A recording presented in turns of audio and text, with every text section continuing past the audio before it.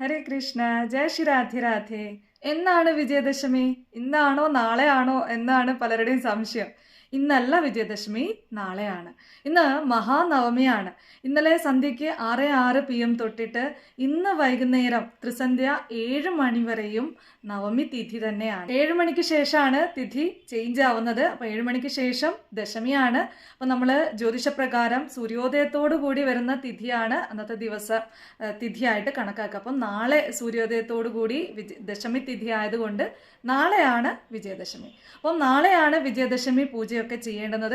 പുസ്തകം പൂജയ്ക്ക് വെച്ചിട്ടുള്ള ആളുകൾ നാളെയാണ് പുസ്തകം എടുക്കേണ്ടുന്നത്. അപ്പോൾ ആചാരപൂർവ്വം തന്നെ നമ്മളെങ്ങനെയാണോ പൂജയ്ക്ക് വെച്ചത് അതുപോലെ തന്നെ വേണം പുസ്തകം എടുക്കാനായിട്ട്. 5 തിരിയിട്ടിട്ടുള്ള വിളക്ക് കത്തിച്ച് വെച്ച് നിവേദ്യം സമർപ്പിച്ച് എന്നിട്ട് കുട്ടികളെ കൊണ്ട് പറ്റുമെങ്കിൽ ഒരു താലത്തിൽ അരിയിട്ടിട്ട്, താലത്തിലോ ഇലയിലോ അരിയിട്ടിട്ട് ഹരിശ്രീ ഗണപതയേ നമ എന്ന് എഴുതിച്ച് സരസ്വതി നമസ്തുഭ്യം എന്ന ആ സരസ്വതി മന്ത്രം ജപിപ്പിച്ചുകൊണ്ട് നമസ്കരിച്ചിട്ട് വേണം പുസ്തകം എടുക്കാനായിട്ട്.